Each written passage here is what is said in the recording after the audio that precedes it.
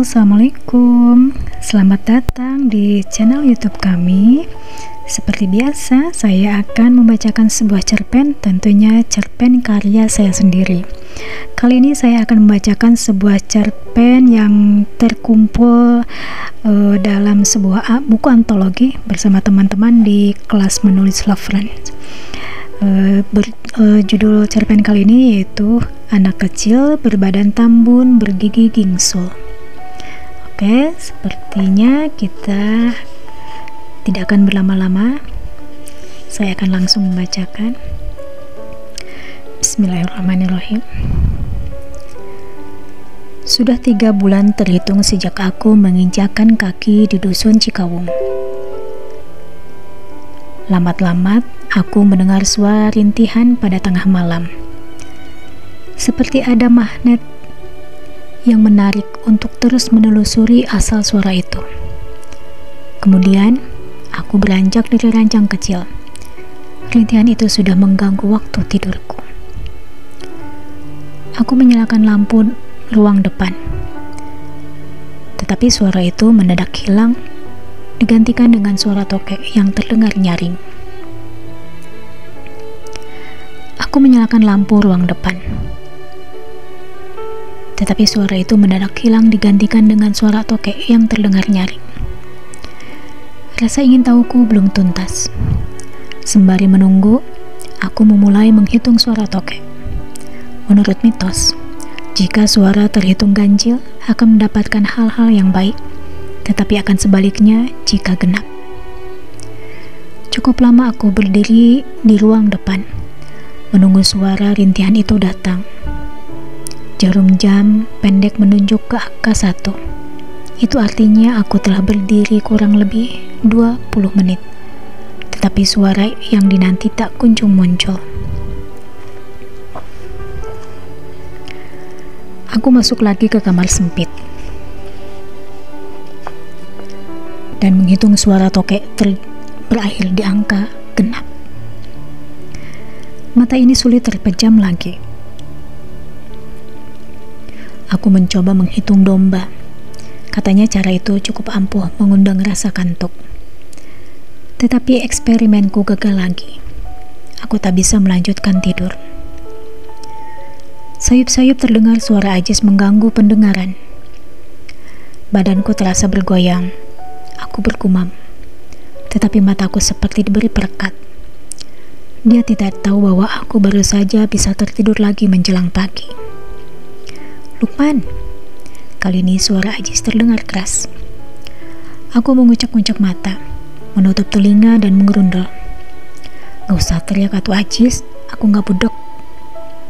Kalau gak budek, sudah dari tadi kamu bangun, cepetan, bentar lagi iqamah. Dengan berjalan terhuyung, aku masuk ke kamar mandi mengambil air wudhu. Aku dan Ajis sepertinya ditakdirkan oleh Tuhan untuk selalu bersama. Bagaimana tidak? Dari zaman SMA, kuliah di Bandung hingga penugasan selalu bertemu. Tahun ini kami mendapatkan SK sebagai guru bantu sementara di Negeri SD Cikawung, sebuah sekolah dasar terpencil yang terdapat di Kabupaten Sukabumi. Musim ini memasuki musim penghujan. Itu artinya akses jalan yang biasa ditempuh menuju sekolah perlu perhitungan matang. Karena kami harus melawan arus sungai dan muara agar bisa menyeberang. Terkadang kami terpaksa harus menunggu air sampai surut agar tidak membahayakan diri. Sedangkan jembatan sampai sekarang belum dibangun. Jika ada murid yang datang terlambat atau tidak masuk sekolah, kami tidak menghukumnya, mengingat medan yang ditempuh sangat rawan. SD Cikawung memiliki jumlah murid 29 orang dari kelas 1 sampai kelas 6. Dengan tenaga pengajar 4 orang, sudah termasuk kepala sekolah dan 1 orang tenaga ketetausahaan. Sekolah ini memiliki 4 ruangan, 1 toilet, 3 ruangan untuk kegiatan belajar mengajar, 1 ruangan untuk pengajar merangkap ruang kepala sekolah dan ruang tata usaha. Kami menyebutnya ruang serbaguna. Waktu sekolah menerapkan sistem 2 shift. Aku mengajar kelas 2 dan kelas 4, Ajis mengajar kelas 1 dan kelas 3. Pak Agung merangkap TU serta mengajar kelas 5. Pak Asep selaku kepala sekolah mengajar kelas 6. Kegiatan belajar mengajar akan berakhir jam 2 siang. Menjelang UN, kelas 6 akan ada pelajaran tambahan, maka sekolah tutup jam 3 sore. Itu pun kalau cuaca memungkinkan. Si pagi aku mengajar kelas 2. Jumlah yang tertera dalam buku presensi 4 orang, tetapi hari ini yang hadir 5 orang. Nama kamu siapa? Kudekati anak baru yang duduk paling depan dekat mejaku. Nurul, Pak Guru, jawabnya sembari menunduk. Bapak baru lihat Nurul masuk, diantar mama atau bapak? Anak itu langsung menongak, terlihat wajahnya ketakutan. Jangan kasih tahu bapak ya Pak Guru, mohonnya. Aku tersenyum mengiyakan, tetapi sedikit merasa aneh melihat reaksinya. Terima kasih Pak, ucapnya dengan sumringah. Lengkungan bibir ke atas memperlihatkan gigi gingsulnya yang manis. Pak Asep, punten ada murid baru di kelas saya namanya Nurul, ujarku selepas selesai mengajar. Oh iya Nurul, masuk lagi. Dia itu sebenarnya murid lama Pak Lukman. Harusnya dia sekarang kelas 3. Tahun kemarin berhenti, katanya pindah rumah. Aku duduk bersila di teras kelas, menunggu murid-murid kelas 4 datang, sambil menikmati suasana alam. Sejauh mata memandang, terbentang pesawahan yang batasnya tak terlihat saking luasnya. Namun ada sesuatu yang membuat mata ini menyipit. Di antara padi-padi yang sudah menguning, terdapat sebongkah batu besar. Di atasnya ada seorang anak kecil duduk dengan memeluk lutut. Meskipun jarak jauh, tetapi aku dapat menduga siapa anak kecil yang berbadan tambun itu. Aku berlari ke depan memastikan penglihatan, dan ternyata benar. Gadis kecil itu Nurul. Dengan wajah menelungkup, bahunya bergerak naik turun. Dapat kupastikan dia sedang menangis. Nurul? Tanyaku memastikan. Wajahnya mendongak, terlihat pipinya basah dan mata memerah. Kenapa nangis? Ada apa? Belum sempat Nurul menjawab, dari arah timur terdengar teriakan suara laki-laki memecah kesunyian. Nurul turun dengan tergesa, berlari sambil mengelap pipinya yang basah. Aku tak sempat mencegahnya. Lelaki itu terlebih dahulu meraih tangan kecil Nurul, menyeretnya pergi dengan kasar. Suara siapa tadi Pak Lukman? Teriak Pak Asep. Aku berjalan cepat menghampirinya. Sepertinya bapaknya Nurul, Pak.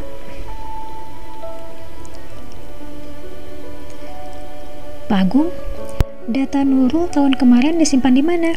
Tanya Pak Asep. Bentar Pak.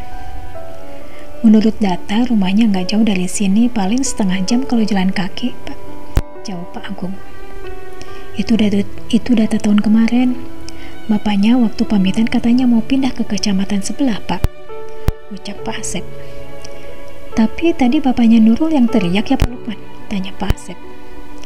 Sepertinya sih Pak, saya kan belum pernah ketemu. Jawabku. Oh iya benar.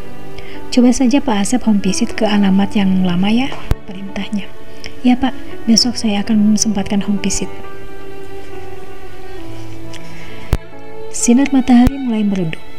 Semua kelas sudah bubar. Kami bergegas pulang, dikhawatirkan hujan datang tanpa diduga. Dengan melewati arus sungai yang hari ini cukup ramah dilalui, kami sampai di rumah setelah azan asar berkumandang 1 jam yang lalu. Ketika malam tiba, aku bertanya pada Ajis tentang suara rintihan semalam. Masa sih? Kok aku nggak dengar apa-apa ya? Tidur kamu tuh kayak kebo. Udah berapa kali? Nggak ngitung Jis, cuman tadi malam baru ngeh. Tempo hari juga pernah dengar. Kalau nanti dengar lagi, aku bangunin kamu ya Jis. Ngapain? Sekitar sini kayaknya masih angker Lukman. Kita pindah aja dekat sekolah, biar tiap berangkat nggak usah gulung celana, ngeri lewatin sungainya. Dasar burangan. Mau tidur di mana? Emang mau tiap hari nggak ketemu rokok? Di sana nggak ada warung. Rasa kantuk yang mendara sebisa mungkin ditahan. Tetapi telingaku tidak menangkap suara rintihan itu.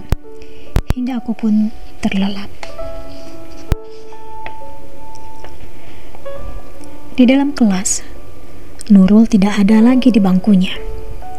Padahal baru masuk 1 hari. Selepas mengajar kelas 2, aku langsung menuju rumah Nurul yang tertera di arsip. Kelas 4 aku serahkan kepada Pak Asep. Kebetulan dia tidak ada jam mengajar di sip kedua. Orang yang pertama kali kutemui di rumah Nurul adalah perempuan tua berbadan bungkuk. Dengan suara bergetar, dia mempersilakan aku masuk.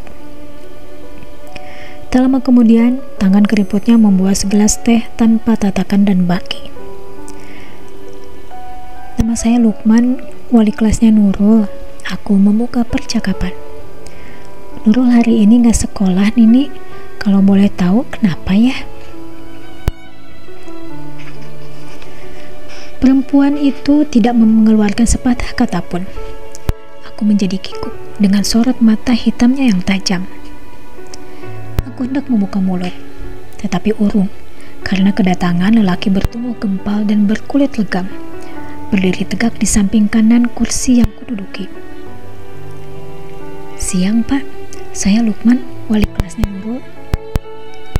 Lagi aku memperkenalkan diri seramah mungkin. Nurul tidak ada, tegasnya.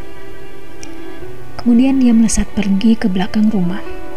Padahal banyak hal yang ingin aku tanyakan. Aku mencoba peruntungan, bertanya lagi kepada perempuan tua yang ada di hadapanku. Tetapi hasilnya nihil. Selain mendapatkan tatapan mata tak bersahabat, aku juga mendapatkan pengusiran yang halus. Dini mau masak, Usep pasti lapar. Tak ingin disebut tamu yang tak tahu diri. Aku keluar dari rumah berdinding papan. Hati ini merasa kesal. Motor tua warisan dari bapak baru saja ku naiki.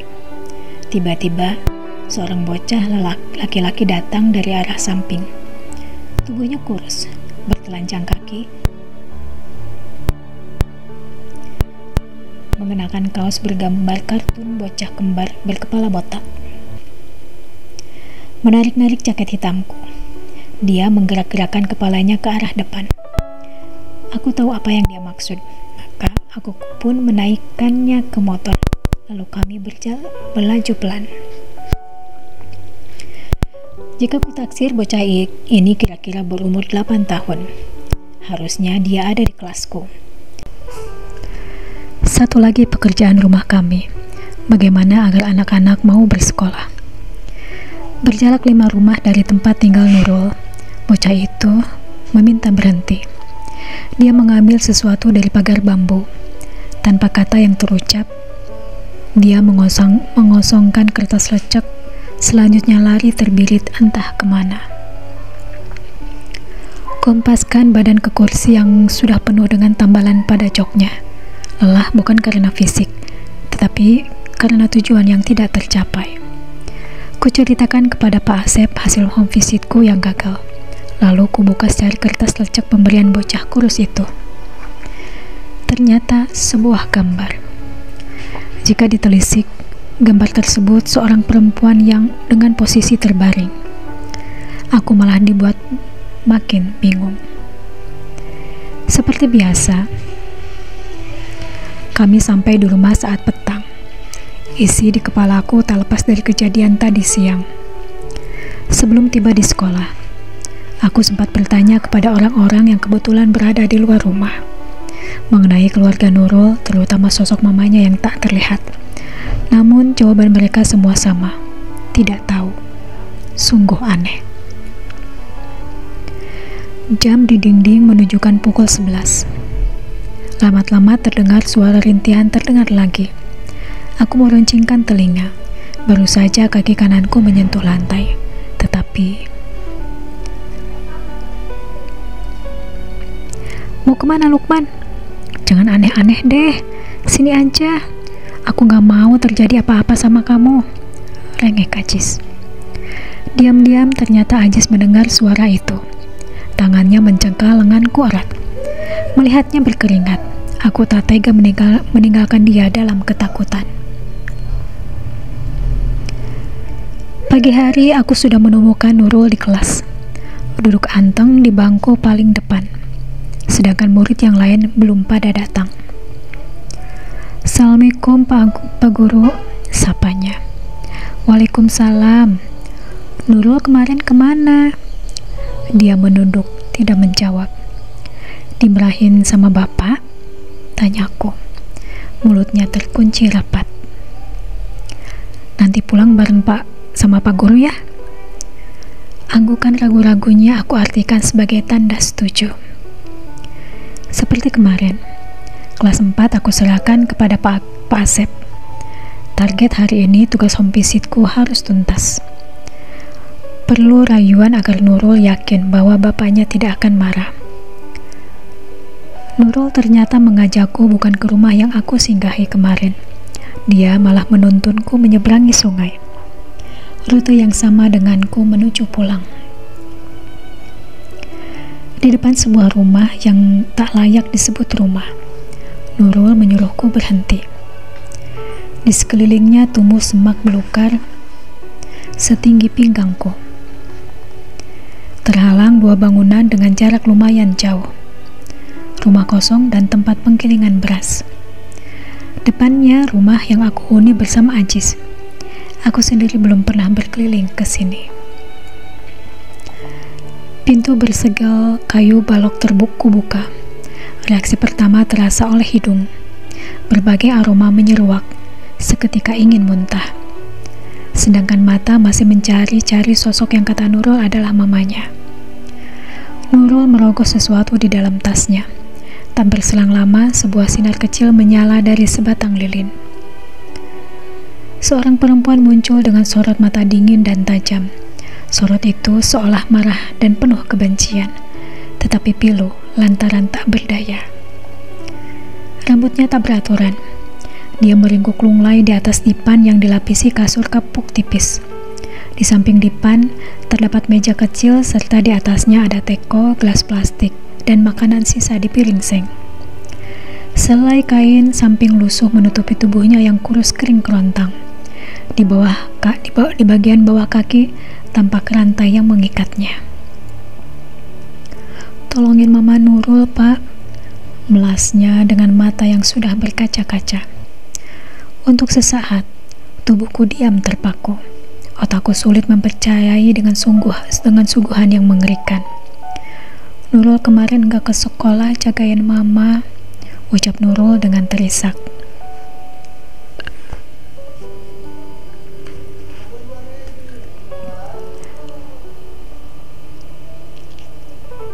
Sambil memeluk tubuh bau mamanya. Raungan tangisan Nurul yang menyayat hati menyadarkan bahwa aku harus bertindak cepat. Aku berlari lalu berteriak minta tolong seperti orang kesehatanan. Untungnya ada orang di tempat penggilingan padi. Kami bahu-membahu membawa ke puskesmas dengan menyeberang sungai. Berita perempuan terpasung menyebar luas sampai ke kecamatan. Bahkan para pencari berita lokal pun datang. Mamanya Nurul sekarang berada dalam perawatan di rumah sakit terdekat. Dia terdeteksi skizofrenia. Sementara itu, bapaknya Nurul untuk saat ini berada di kantor polisi untuk dimintai keterangan. Nurul beserta sang nenek ditampung sementara di rumah sanak keluarganya. Beberapa minggu setelah kejadian itu, Nurul tidak lagi bolos sekolah. Anak kecil berbadan tambun sekarang tidak lagi menampakkan wajah mendungnya. Sering tertawa hingga gigi gingsulnya terlihat. Dibandingkan dengan murid lainnya, Nurul termasuk anak yang cerdas dan mudah bergaul. Suatu hari setelah mamanya dirawat, dia berkata dengan mata berbinar, "Terima kasih Pak Guru." Menjadi pengajar sebenarnya jauh dari bayanganku. Awalnya aku bercita-cita menjadi tentara, tetapi gagal. Takdir rupanya menuntunku mengabdi pada negara melalui cara lain, yaitu menjadi seorang guru. Meskipun saat ini statusku guru yang diperbantukan, tetapi aku sangat menikmatinya. Semangat murid-muridlah yang membuatku mencintai profesi ini. Pak Guru, nanti Nurul juga ingin jadi guru seperti Bapak. Kenapa? Biar nggak ada lagi mama-mama yang dipasung seperti Mama Nurul. Aku pun tersenyum dan menatapnya penuh haru.